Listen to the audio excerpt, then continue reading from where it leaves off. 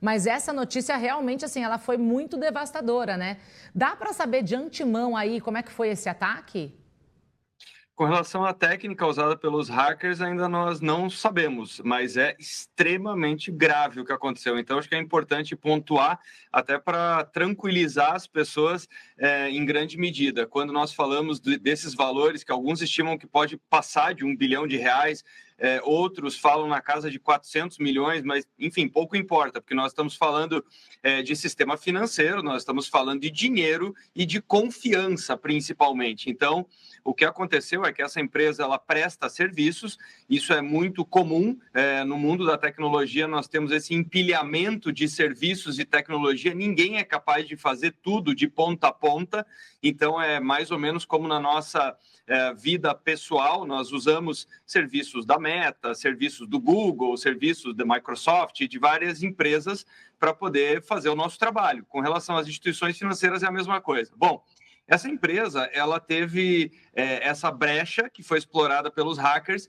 e eles conseguiram acessar as chamadas contas reserva. O que é isso? São as contas entre as instituições financeiras. São contas que são registradas no Banco Central, porque nós temos que lembrar que dentro de um dia, as pessoas ou as empresas, elas transferem recursos do Banco A para o Banco B e também do Banco B para o Banco A. E essa conta nunca fica 0 a 0. Então, existe esse pulmão, essa reserva chamada de conta reserva, justamente para fechar esse equilíbrio e esse balanço. Eles conseguiram retirar esses recursos de 5 instituições e tentaram fazer a conversão para criptomoedas, justamente para sair do sistema financeiro tradicional. Então, é aí que nós começamos a ter uma série de alertas das empresas que fazem, as exchanges, né, que fazem essa conversão para criptomoeda, porque eram volumes e num fluxo absolutamente anormal. Então, é aí que o Banco Central começa a agir e bloquear esses acessos, ou seja, conter os danos. Uhum. Como é que você estava falando que nesse caso, né, você explicou um pouquinho a via de acesso, né, como que eles exploraram a fragilidade destas empresas, mas a gente sabe que para outros tipos de empresas que não necessariamente trabalhem aí com esses meios financeiros, como foi o caso citado, como que os hackers exploram a fragilidade dentro das empresas? Porque tem que tomar muito cuidado, né? A gente sabe que não é a primeira nem a última vez que esse tipo de coisa, infelizmente, vai acontecer. Sem dúvida, chama muita atenção porque os valores aqui são vultuosos e, volto a dizer, é o sistema básico de confiança da economia, né? Mas com relação a todos os demais negócios, não por acaso a cibersegurança ela está no topo da prioridade, da preocupação, porque a internet ela transmite essa sensação de que está tudo perfeito, está tudo funcionando, até que acontece uma falha catastrófica, né? Então, até o momento em que nós ficamos sem internet, mas principalmente quando acontecem esses ataques. A forma de ataque, os hackers eles ficam testando se tem alguma brecha. Então, a metáfora que eu uso é como se fosse um ladrão andando pela rua, o que ele busca é uma casa que está com o portão aberto, é uma casa que tem uma fragilidade de acesso, então eles tentam encontrar fragilidades de sistema. Agora, a segunda forma mais comum é o que se chama de engenharia social. Então, é o phishing, é tentar mandar link malicioso, é tentar explorar o descuido que as pessoas muitas vezes têm em usar senhas repetidas e muito frágeis. Então, é tentar fazer o quê? Assumir a identidade de uma pessoa ou de uma empresa para daí acessar um sistema e causar os danos. Uhum. Agora, Arthur, quem que pode ter sido mais prejudicado? A gente sabe que muita gente, né? Mas assim, a dimensão desse ataque, dá para a gente falar um pouquinho aí sobre a dimensão dele? Eu não tenho dúvida que quem é mais afetado são dois entes, né? O primeiro, a própria empresa de software, a CIM, porque imagina, para chegar no ponto em que o Banco Central desconecta ela do sistema, porque é uma falha gravíssima, uma falha que não pode ser investigada e ela continuar em operação em paralelo. Então, quer dizer, para essa empresa é um dano bastante grave.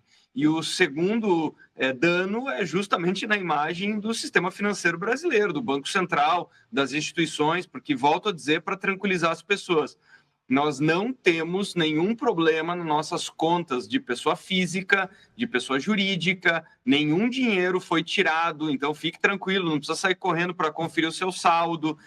Nós temos que lembrar que tem vários mecanismos onde as instituições financeiras, inclusive, elas têm reservas para recompor valores perdidos em fraudes, em ataques. Então, tudo isso é muito provisionado, uma espécie de seguro que também é estabelecido. Mas, é claro, nós temos aqui um problema de imagem arranhada, mas, sem sombra de dúvida, a CIM é a empresa mais afetada nesse caso todo. Você acha que esse roubo realmente vai entrar para a história como o maior já ocorrido no Brasil?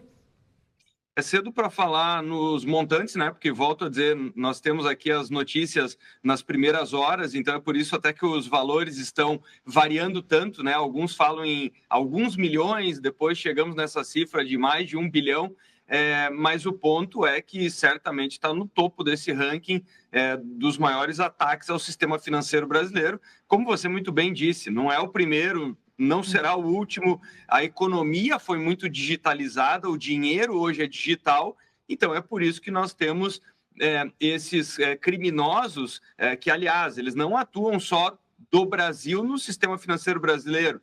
Nós temos hackers brasileiros que exploram falhas no mundo todo e o contrário também é verdade. Então, esses crimes, eles acontecem sem fronteira, mas esse coloca, dentro do que acontece dentro do Brasil, certamente no topo do ranking.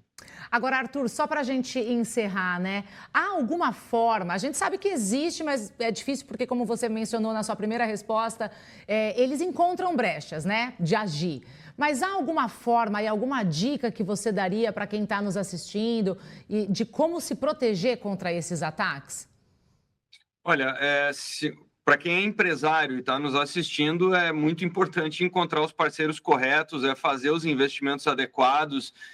Muitas vezes nós temos aquilo que se chama de hackers do bem, que são capazes de explorar essas falhas e eles até comunicam às empresas, dizendo, olha, eu achei isso aqui e eu poderia invadir se eu fosse um hacker do mal. E muitas empresas não tomam as providências, então é importante fazer os testes. Existem empresas que só fazem isso, elas encontram as brechas para depois sugerir medidas, para sugerir quais ferramentas poderiam mitigar.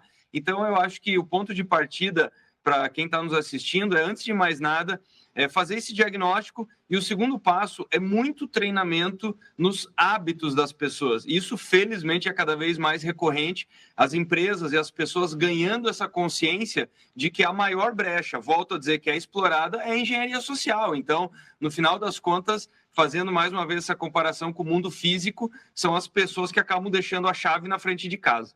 É isso. Muito obrigada, então, pelas suas dicas, pelos seus esclarecimentos em relação a esse roubo aí que, né, tão significativo aqui no Brasil e que as pessoas e empresas invistam, então, em cibersegurança, né? Arthur Igreja, especialista em tecnologia e inovação, muito obrigada pela sua participação e um ótimo resto de semana para você. Obrigado igualmente. Até a próxima. Até a próxima.